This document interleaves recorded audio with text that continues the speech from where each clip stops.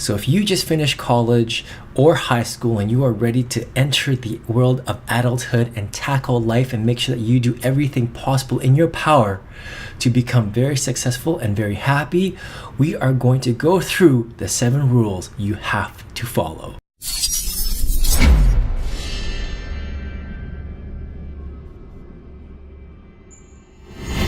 Hey guys, it's Brian back at you with another video where my goal is to mentor you to a rewarding career and to help you create a life you're proud of. And in that endeavor, today I answer the question, what are the useful tips or advice that you can give to new adults or people just finishing college that really want to do life properly? They essentially want to know what they need to do in order to be happy, in order to be successful. We are going to go through these 7 rules relatively quickly. If you like what I have to say today, or if you want to have more information, you want to get more information, I will have a link to a playlist that goes into these topics in more detail. And if you really enjoyed this video, please hit that subscribe button and don't forget that bell icon. Okay, let's get into the 7 rules. Rule number 1 is stay far away from debt.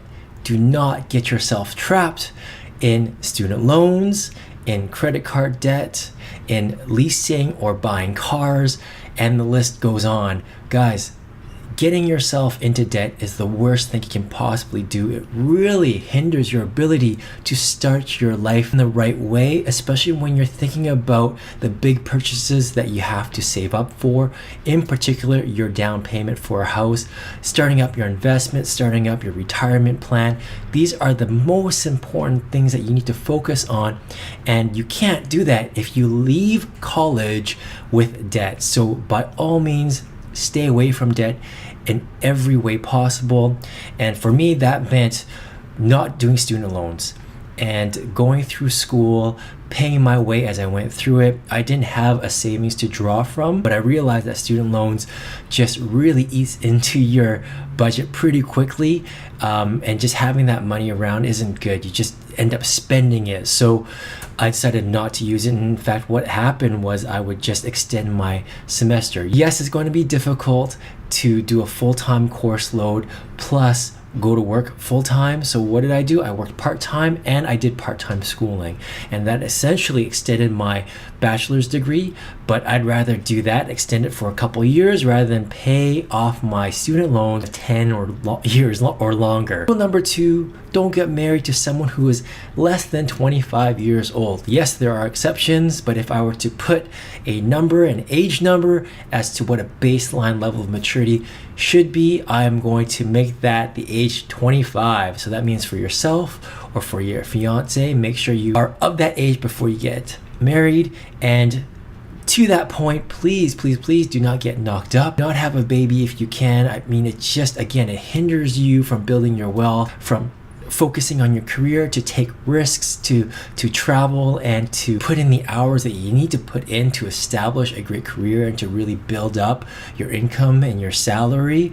You can't do that, or at least you are hindered from doing that when you do have a baby. So rule number 2, guys, at least wait till the age of 25 to get married or to have kids. Rule number 3, save 18% of your gross annual income. That means if you are making $60,000 a year, before taxes are factored in, save 18% of that for retirement. That's right, that is specific to retirement. That 18% does not include things like vacation, clothes, electronics, cars.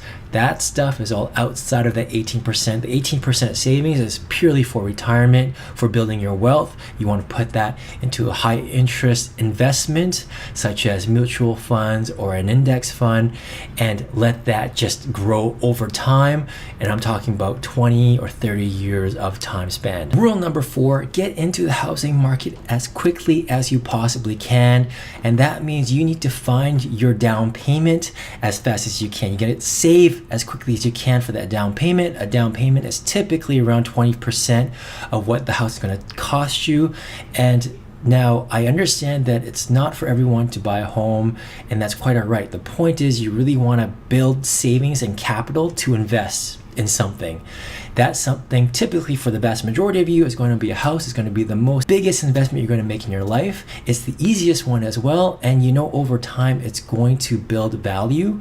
So it's an easy way for people to get into the market, to have investment. So I really recommend that you get into that market as soon as you possibly can as a single person if possible, rather than having to rely on your partner. Buy a place on your own, and then your fiance, your partner buys a place on their own as well. And then you guys meet. You guys are way ahead of the financial game. So that's really what I want for you. Rule number 5, guys, is that you need to stay emotionally, physically, and socially healthy. When I say that, I mean physically healthy. Go to the gym, work out, go for a run, take care of your body, make sure that you're not under eating, you're not overeating, you are physically in shape and healthy. When I talk about socially, emotionally, that's referring to your network of friends, your network of family. You really want to have the right people around you. You want people there that can encourage you, that you can have fun with, that you can talk to, and just spend time with. And that really builds that energy that recharges you from an emotional and social level. So definitely do not forget to have a good circle of friends. And if you don't have a good circle of friends, go out there and create one. It is so important that we have a good network of friends. And I know that many of you guys out there might not have that network right now, or it's very difficult to find new adult friends, especially outside of college. That's okay. That's why I'm here to help you guys. I do help my mentees recreate that social network for them and to find new people, new friends, teach them how to do that, how to not be socially awkward, how to make conversation, how to just be normal around strangers and open yourself, be vulnerable, and ask them out for a beer or to hang out, and to do it in a way that's not creepy. So guys, I really recommend that you follow this rule, and I can't emphasize the importance of being physically healthy as well as emotional and socially. Rule number 6, and this is a really important skill set to have, and it's going to impact you on the big financial areas of your life. We're talking your house, how much do you want to pay for your house? We're talking about your car, how much do you want to pay for your car? We're talking about your salary, how much do you want to earn every year? Guys, you need to learn how to negotiate. So that is the 6th rule. Learn how to negotiate. Now, if you happen to be one of the many people out there who are unconfrontational, don't want to be a bother or look stupid doing this, that's quite all right. A lot of you just don't know where to start. And really, there are plenty of resources out there. There are tons of books on negotiation that you can pick up and just start reading and understanding the strategies and tactics. Now, if you want the straight goods, a coaching situation, you know where to find me. I do offer a how to negotiate course. It's a live one-on-one course. But guys, regardless of where you get this information, this is so valuable. It will earn you so much money over the course of your life. It is an essential skill set to have. 7th and final rule is to stay humble and always keep learning. This I know is super obvious, but I could not leave it off my list. It is the most important rule. As much as we all know things and we're experts in our own ways, it's just so important to keep ourselves humble, to keep ourselves grounded, and to always be open-minded and to understand the other person's point of view, to understand a different way, to be open to other ways of doing things. Guys, that's it. Those are the 7 rules that I have for new adults or for people starting out, even for adults who are probably higher in their age but are wanting to hit that reset button. There you go, guys. Hopefully you enjoyed those 7 rules. If you did, please hit that subscribe button. I will leave it there. Don't forget, I will also have a link to a playlist below that goes into some of these topics in more detail. It's a compilation of some of my other videos. Some of them are much older, so bear with it. I do think the production quality is quite low on those, but the content, I believe, high up there. Just bear with the quality of the videos. I think you will learn a lot.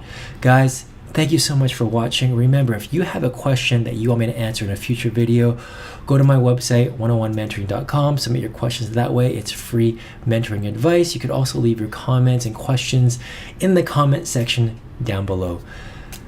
Thank you so much for watching, everybody. I really appreciate it, and I will see you in the next one.